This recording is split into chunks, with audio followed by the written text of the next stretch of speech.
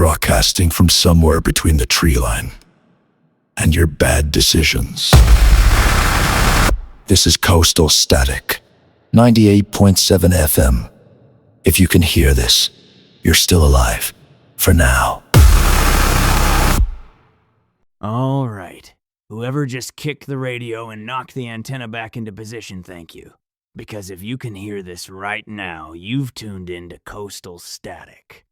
They only broadcast in Chernaris where the batteries are stolen. The signal drifts in and out with the wind, and the news is gathered entirely from survivors yelling across open radio channels. I'm the Signal Man, and tonight's transmission comes with a special announcement.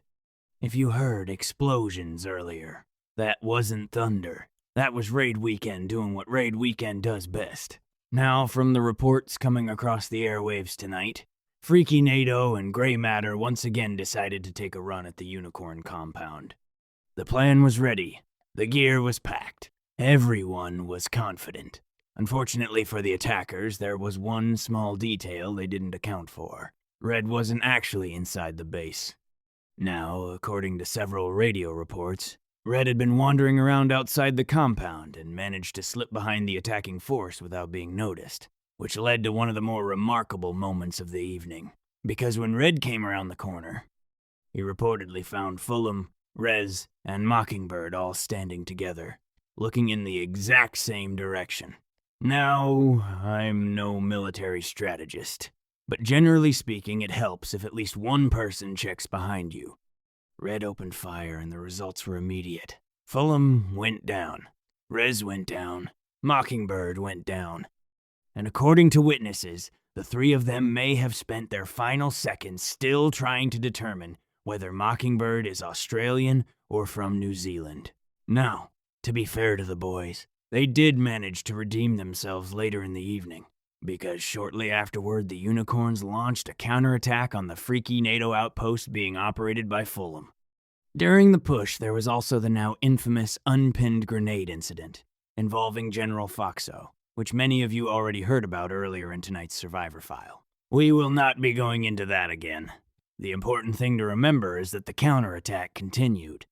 And this is where Fulham delivered what several survivors are calling the shot of the night.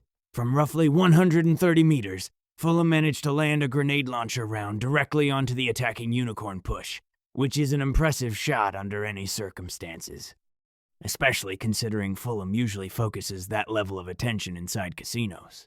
The Unicorn assault ultimately collapsed, and the attackers were wiped out, which just goes to show something every survivor eventually learns.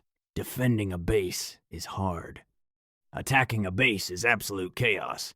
Now there was at least one happy moment for the Unicorn faction tonight. During the fighting, Roddy managed to eliminate Rez, marking her first confirmed kill.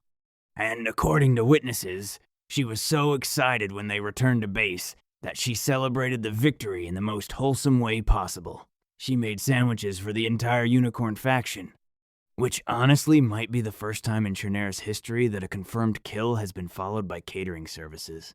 Now, one more interesting detail from the battlefield tonight. Termi was also present during the raid, positioned at range providing sniper support. And of course, as always, his loyal companion was there beside him. The log. Reports say the log may have actually saved Termi's life tonight.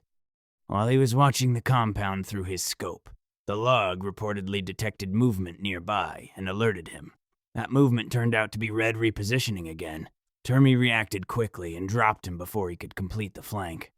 Which means tonight's unsung hero of the battle may not actually be Termi, but a piece of firewood. And honestly, survivors, that sounds exactly like something that would happen in Chernaris.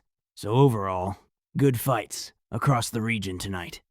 Both factions held strong on defense, and the attackers, well, they gave it a try. So to everyone involved tonight, GG's all around. Now that's all the signal I've got for you tonight. Keep your radios on. Keep your heads down. And if you're planning another raid next weekend, maybe try looking in more than one direction. This is the Signal Man, broadcasting from somewhere along the coast.